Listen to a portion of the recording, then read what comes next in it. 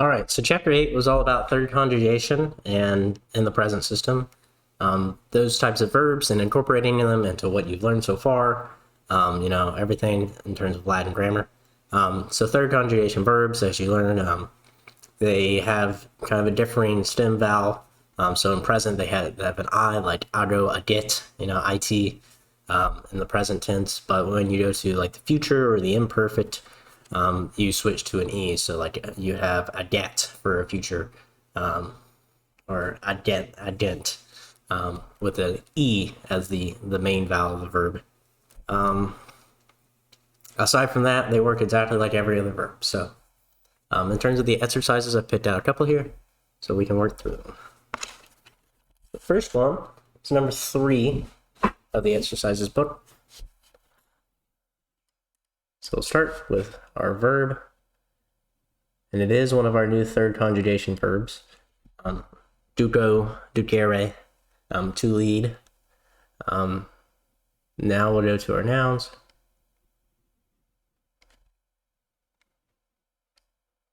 Any adjectives and any obvious, same ending noun adjective agreement that we can pick out. And then our prepositional phrases. So now let's do the verb. So duquet, like I said, it's a third conjugation verb. So you have to look at your conjugation chart, because you can't just assume, duco, ducere, drop the re, add the t in your present, right? That's not the case with third conjugation. So actually, the present third person singular would not be duquet, et, it would be duquet, it. So as you can see that we are not present here. So if you go to the very bottom left of this chart that I have on the screen for verbs, you can see that for third and fourth conjugations, you add an et on the future tense, the future active indicative tense. So we have duc plus an et ending gets us what? That is future third person singular. So that's our main verb. So from this, we know that our nominative, our subject, is singular, and we know it's in third person. So let's look for one of those. So start of the sentence, right? That's our typical location. So Tyrannus, tyranny, second declension. I'll switch over now since we're going with the nouns. So Tyrannus, second declension. That's easy as you like. Non-singular. Masculine. Similar with populum, second declension, ending gives us only one option. That's accusative singular. Masculine. Populum, stultum, you can guess. Noun adjective agreement here, so it's accusative singular masculine as well. And then the last noun of the sentence is terra, I guess, with a long a, the macron. So you comes with terrai, first declension, so that long a with the macron makes it only one option again. Alice, singular, feminine. Okay. Now we need to look for this preposition, its object, right? We have which means out of or from, and it's its ablative. We have an ablative right next to it, so we can assume that the object of the preposition is terra. So out of terra. And Westra, we just have some noun adjective agreement there. So now we can translate. Hopefully you're keeping up with me. So our subject, the thing in nominative.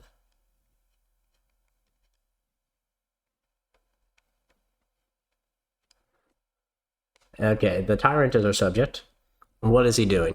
He is duquet, not is leading, but will.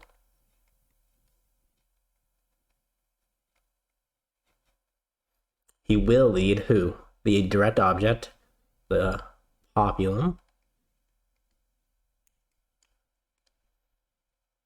And not just the populum, but the stultum. populum. People as in a group of people. And what? A terra vestra. Preposition object. Out of whose land? Your land.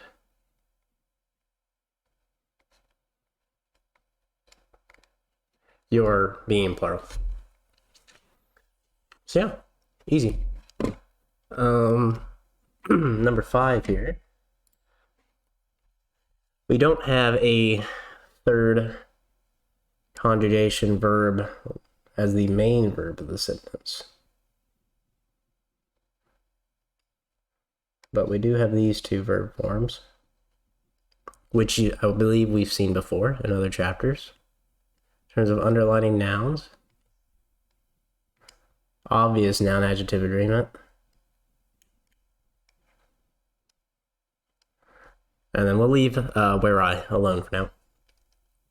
So doing the easy one to hear is probably the infinitive, right? It's a present infinitive. And then poterat, so it's possum, right? You can kind of think of it this way. Possum, I am able, right? So poterat is pot plus erat, so he was able. He, she, it was able. And when we're talking about was and were, that puts us what?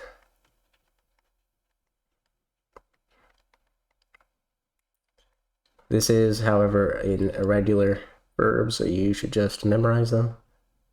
That's probably the best form of learning it, is internalizing it that way. Onto our nouns. So, copia means an amount, or a number, or an abundance, or an exceedance. So it is, as you can see, copia, copiae. So this is just plain old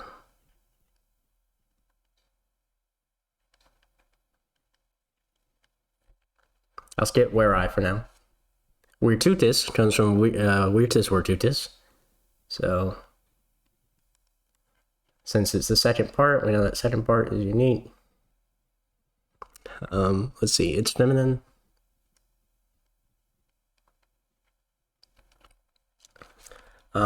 Last we have colpas, colpa, colpai, first declension. AS has only one choice.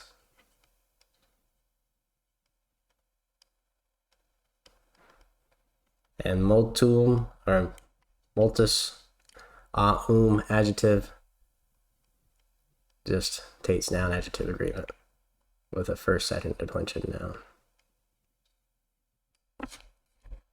All right. So there's only one left. Where I.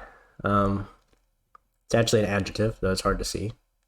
So it comes from whereas, So let's see what it is. If it's where I, that means it's either genitive or dative singular, feminine, or it's nominative plural, feminine. What else in the sentence can we apply to that? Do we have a dative singular feminine? No. Do we have a nominative plural feminine? No. So the only option here is to take this as a genitive feminine. And even though they don't look the same, they agree in gender number case. So that is the one that it modifies. It modifies the virtutis, the virtue. So putting this all together, starting with the subject of the sentence, or maybe an would be better.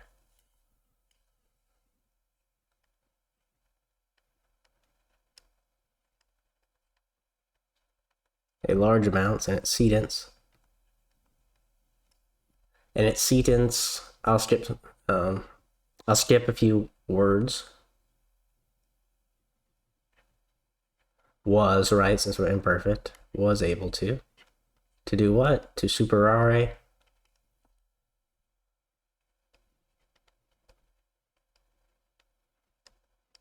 Superare what? Multas copas. That's the direct object. Many. False.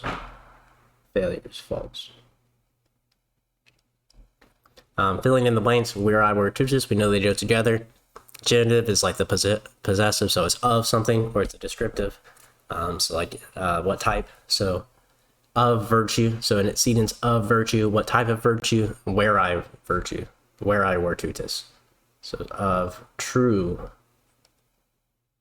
genuine, real virtue. All right. Number 7, a little easier, to be honest. Verb, like typically, is at the end of the sentence, but we also have this one hiding here in the middle.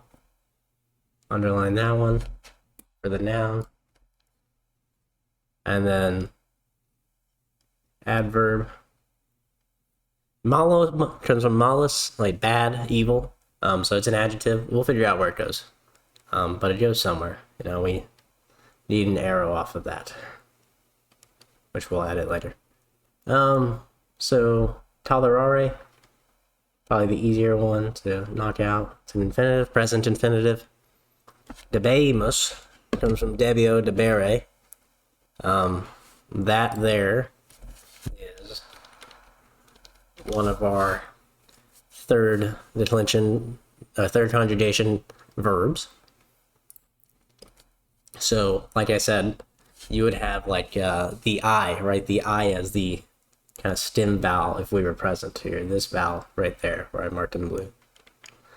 So the I, and I would be there if we were in present. So we have an E, so we've added we took off the ERE and we added emus. So verb chart, look for an emus. Bottom left corner, you can see that that is first person. So Deb plus emus, first person. Oop.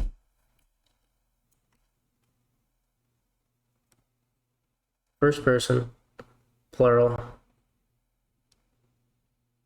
future.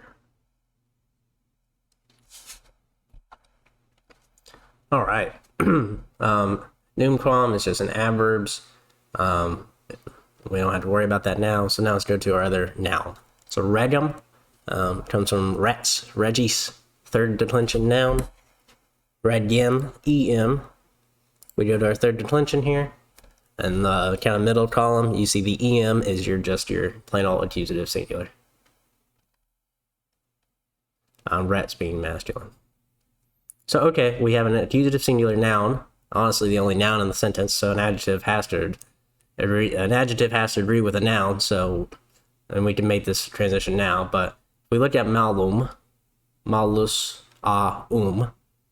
same using our declension chart, we know we have we know what ending this is, right? This is either, you could say it's either a masculine accusative singular or a neuter accusative singular, either way. And we have an accusative singular masculine here. So guess what? They agree in gender, number, case, even though they don't end the same. Regem, malum, they have the same gender, number, case. So we're in the clear in terms of noun adjective agreement. So what's our subject? Well, we're in first person. We have no nos, right? We don't have we in the sentence. So what do? We have to supply it from the verb. We, debimus, will, because we're in future, we will have to, or we, I think of a good way to word this.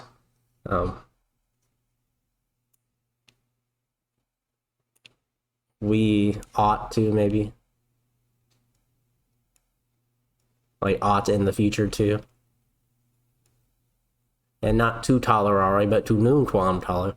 To never tolerare. Tolerate. Tolerate who? The direct object is something accusative, regum, but not the regum, the malum regum. The tolerate a bad or evil, wicked king.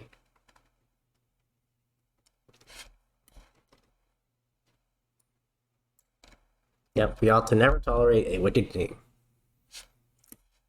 Okay, So the last one is a little longer here, so this might be a two-liner, but still can apply our SAT process.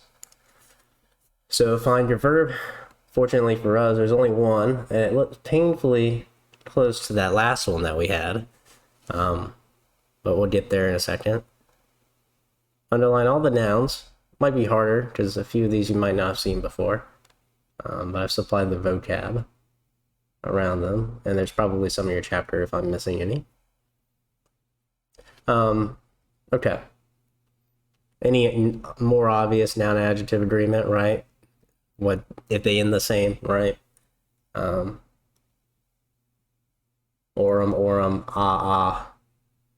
om, right? And so that takes care of everything but the prepositions.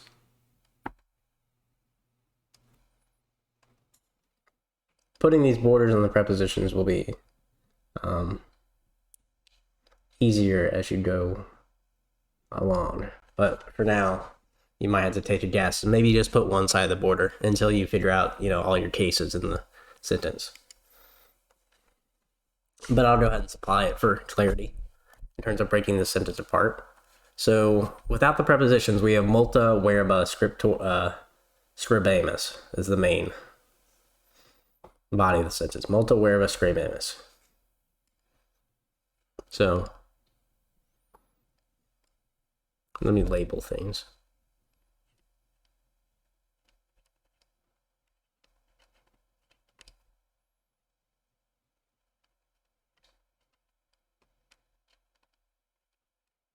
I think this will be a good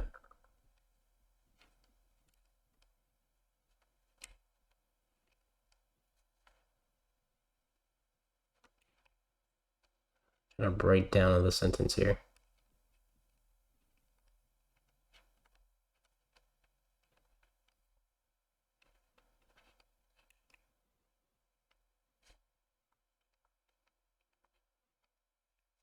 Okay, starting with our verb.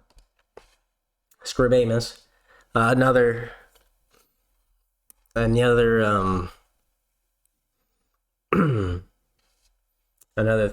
conjugation verb. So amos from our verb chart, bottom left corner, third, fourth conjugation. Scrib plus amos gets you first person, plural, future.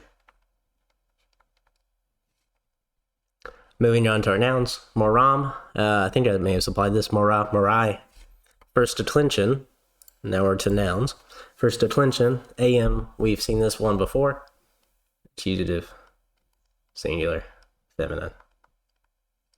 Same deal for parvo, right? Verba, verbum, or be, we've seen this word before, I'm pretty sure.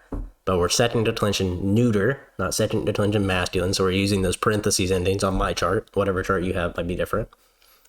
So this gives us two options. We have nominative plural, accusative plural. And actually, we can go ahead and knock this out. So what is the subject of our sentence? Well, from our verb, we know it's first person, so we know it's a we, right? Not a he, she, it, or they. So we know that verba is not a we, so we can knock out this nominative plural right now. So we know it's accusative plural, and that leads us to think that it's going to be our direct object of the sentence, which is why I wrote do above it earlier. Another preposition, so day. Day is a preposition that takes the ablative, so let's see if that's what we have. Insidious comes from insidia, I, so we're in the first declension. Back to that one. So is gives us two options. Is gives us either dative, plural, or ablative, plural. From the preposition that takes ablative, it's a pretty strong educated guess that there's no reason for us to be in dative here. Lastly, scriptorum. So that comes from, actually, I'm not, scriptus maybe? Scriptor, maybe?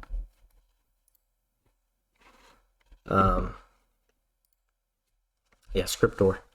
Scriptor, which is a scriptor, scriptoris, that is a third declension noun. I'll actually write that for you since I didn't provide that.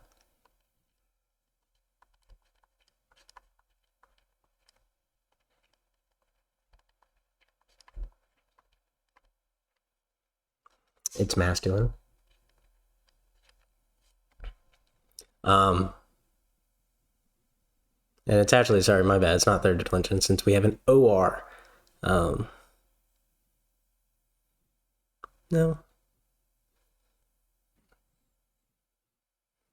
Yeah. It's third declension.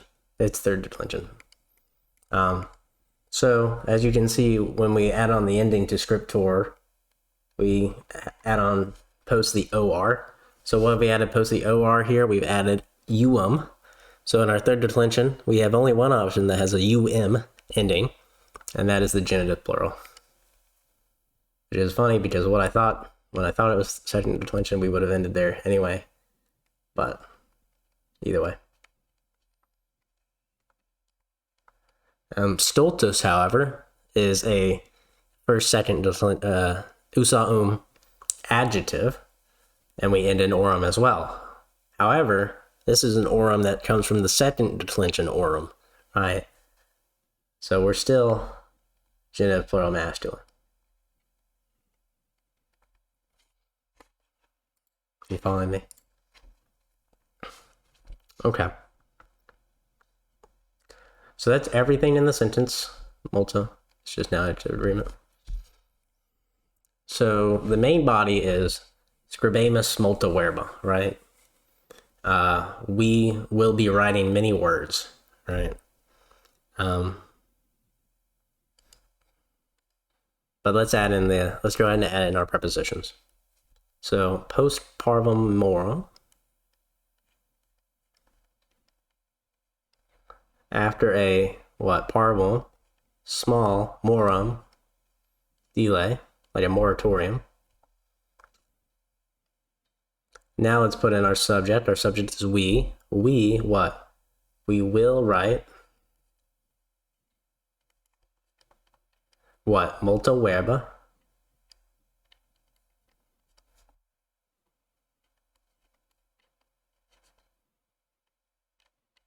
Many words. What? De insidious. And you can take this all as one, but de insidious scriptorum stultorum, or de insidious. De insidious. About. De. The plots, treacheries, ambushes, plots. Whose plots? The scriptorum stultorum's plots. Of the stultorum, foolish.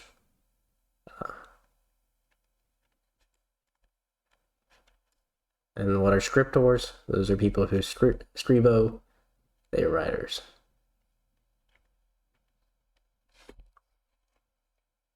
All right, yeah, that's it. And that's chapter 8.